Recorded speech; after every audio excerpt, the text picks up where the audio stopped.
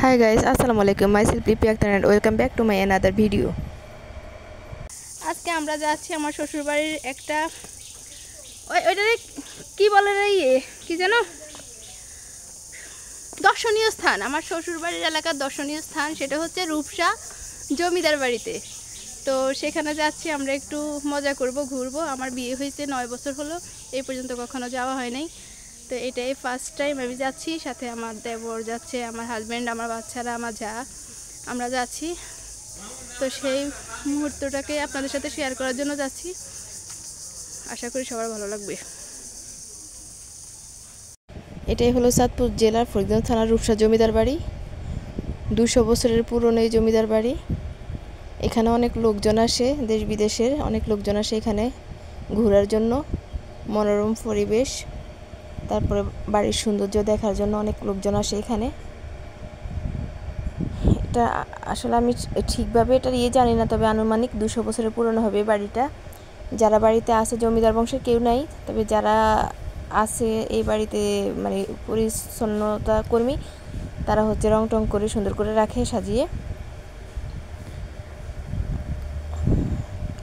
দূর দূরান্ত থেকে অনেক লোকজন আসে জমিদার বাড়ি দেখার জন্য।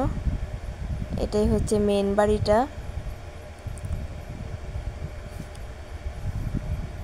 তো আমার হাজব্যান্ড ভিডিও করতেছে। এখানে অনেক লোকজন ছিল, সেজন্য আমি এখানে সামনে আসি নাই, ক্যামেরার ওইদিকে চলে গিয়েছিলাম। আমরা এখন চলে যাচ্ছি ভিতরের সাইডে। এটা হচ্ছে আরেকটি কক্ষ। ছুটির দিন হলে অনেক লোকজন আসে, কিন্তু আজকে ছুটির দিন না, তাও অনেক লোকজন এখানে দেখতে পেলাম। এটা হচ্ছে উপরে তাদের দোতলার অন্য একটা কক্ষ। দরজাগুলো বন্ধ ছিল, আমরা কিছুই দেখতে পারি না, ভিতরে লোক আছে কিনা তাও জানি না। তারপর যেটুকু পারলাম আপনাদের সাথে শেয়ার করলাম। আমরা এখন চলে যাব পেছনের সাইডে। যে আমার দেবর, আমার ছেলে, যে আমি ওদের পিছন পিছন উঠলাম উপরে। অনেক পুরানো বাড়ি এগুলা, তো তাও রং করে সুন্দর দেখাচ্ছে, কিন্তু ওই যে ওই পিছনের বাড়িটা, এটা অনেক পুরানো। এটা মানে পুরো ভূতুড়ে বাড়ির মতো বোঝা যাচ্ছে। এটার ভিতরে আমার ছেলে যাইতে চাইছিল, কিন্তু আমি যাই না ভয়ে। মনে হয় যে পুরা সাপ টাপ থাকবে এমন লাগছিল আমার কাছে। পুরো জঙ্গল দিয়ে ঘেরা মনে হয় যে। তো তাসকিন যাইতে চাইছে, আমি ওকে নিয়ে আসছি এদিকে এটাকে। এখন আমরা এখান দিয়ে চলে যাচ্ছি হচ্ছে অন্য একটা ইয়ের সামনে, ওদের বাড়ির পেছনের সাইডে। যেখানে যাই সেখানে দেখি যে লোকজন।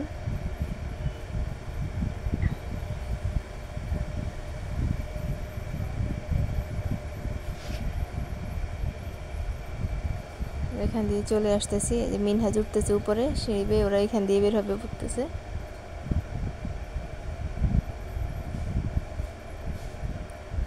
আমার দেবর ফোনে কথা বলতেছে। এখানে আছে আমার যা, বাচ্চাকে কোলে নিয়ে।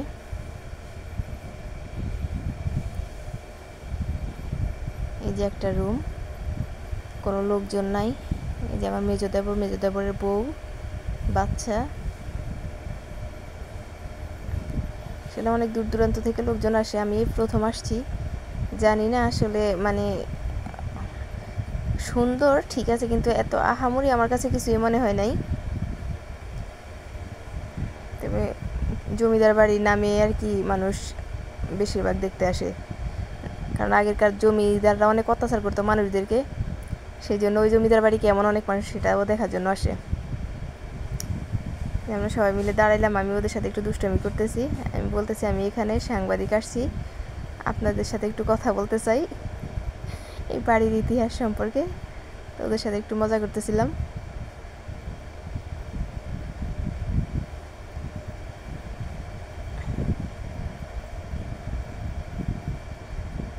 এখানে ঘুরতে ঘুরতে আমরা এখন চলে আসছি জমিদার বাড়ির পুকুর ঘাটে। অনেক বড় একটা পুকুর ঘাট।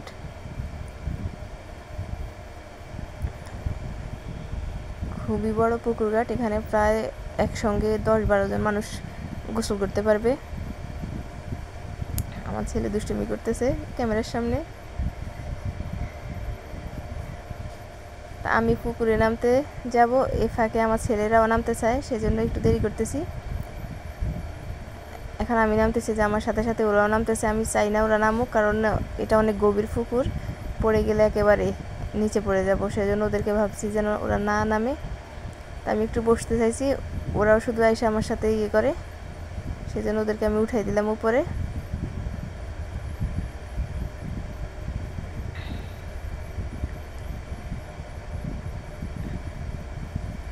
পুকুর ঘাটে একটু বসে পানি নিয়ে দুষ্টুমি করলাম।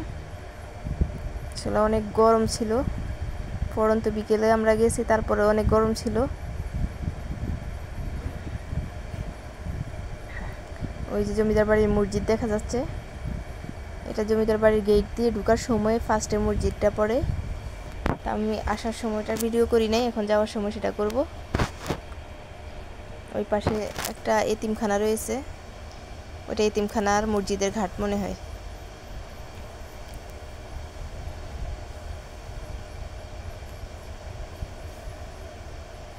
তো ঘুরতে ঘুরতে আমরা এখন, ওরা বলতেছে যে তাড়াতাড়ি চলে আসার জন্য, সেজন্য এখন চলে যাব। তারপর আমি এখান থেকে যে একটু এই সাইডে বসবো ছবি তোলার জন্য।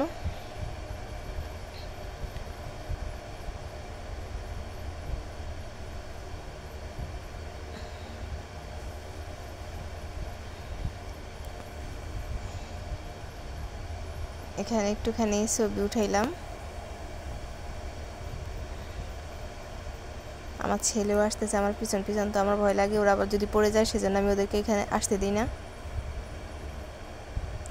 ও 1 মিনিটও রিল্যাক্সে দাঁড়ায় না, সারাক্ষণ শুধু নাচানাচি করে। আমরা চলে আসছি এই যে মসজিদের পাশে চলে আসছি, এখন আমরা বের হয়ে যাব। এখানে একটু দাঁড়িয়ে দেখতেছি জমিদার বাড়ি জামে মসজিদ, এটাকে রূপসা জমিদার বাড়ি জামে মসজিদ বলা হয়।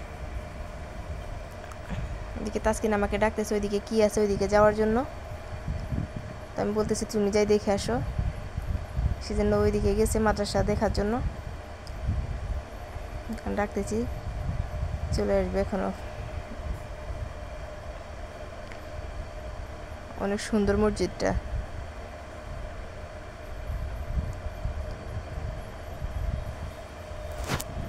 আপনারা চাইলে আসতে পারেন, এটা একটা দর্শনীয় স্থান।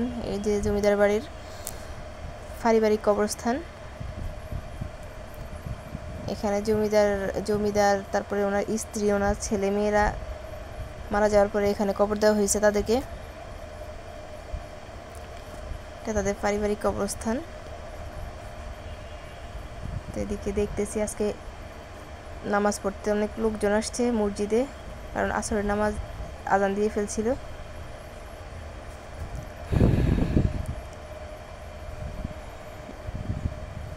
কবরস্থানের এগুলো অনেক সুন্দর করে তৈরি করা,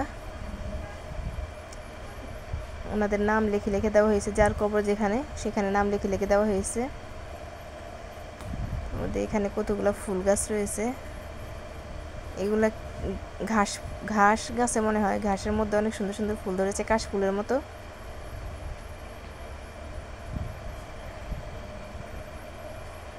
তারপরে একটু সামনে এগিয়ে যাচ্ছি আমরা, ওইদিকেও জমিদার বাড়ির পিছনের সাইড, ওটাকে কি বাড়ি বলে, ওটা অন্য একটা বাড়ি, ওটা জমিদার বাড়ির ভিতরে মনে হয় পড়ে নাই। এটা কি ফুল গাছ, এটা মনে হয় টগর ফুল, আমি আসলে চিনি না, এটা মনে হয় টগর ফুল হবে। ওই যে আমার দেবরের বন্ধুরা আসছে, ছোট দেবরের বন্ধুরা আসছে। এখন আমার এগুলা কি বাড়িতে বানানো? বাড়িতে বানানো কিনে নিয়ে আসছো?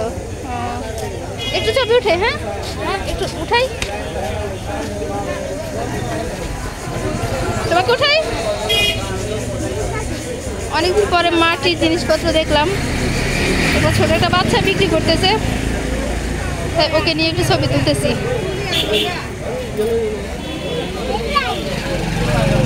কি নাম তোমার? নীরব। ও, এখানে বাড়ি কি এখানে?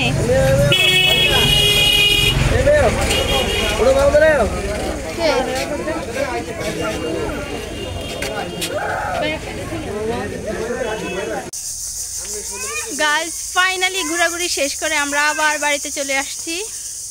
এক এক করে আমরা সবাই যাচ্ছি।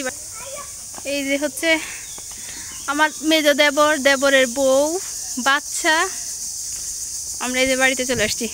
হাই গাইস, আমরা চলে আসলাম। তোমাকে সবাইকে থ্যাংক ইউ, ধন্যবাদ, ওয়েলকাম।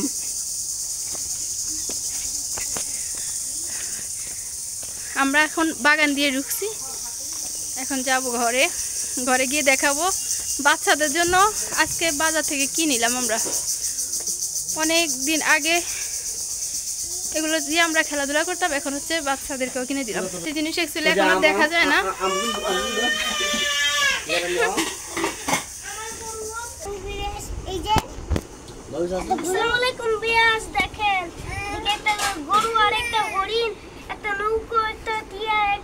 গাইস বাচ্চাদের জন্য মাটির খেলনা কিনে নিয়ে আসলাম।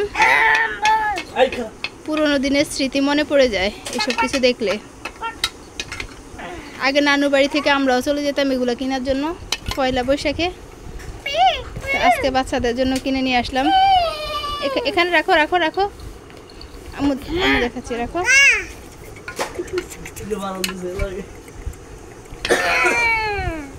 তাকরিমকে কোনটা দিবা? তাকরিমকে কোনটা দিবা?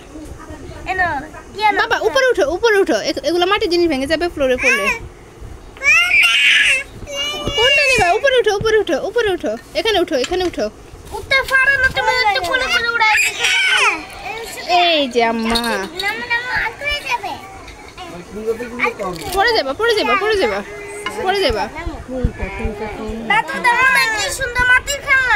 তুমি আইসে জামা কাপড় খুলে ফেললা? তাসকিন তুমি জামা কাপড় খুলে ফেলছো কেন? গরম লাগে বেশি? কি বাবা তোমাকে দেয় না? তুমি এটার সাথে বাড়ি দিও না, ভেঙে যাবে। তো বাচ্চারা অনেক খুশি হয়েছে এসব খেলনাগুলো দেখে। কে কোনটা নিবে ওরা ভাগাভাগি করতেছে, তো ওদেরকে ভাগাভাগি করে দিলাম। তো আজ এই পর্যন্তই। সবাই ভালো থাকবেন, সুস্থ থাকবেন, আমাদের জন্য দোয়া করবেন, লাইক কমেন্টস শেয়ার করবেন যদি ব্লগটা ভালো লেগে থাকে, এবং আমার চ্যানেলটাকে সাবস্ক্রাইব। আসসালামু আলাইকুম।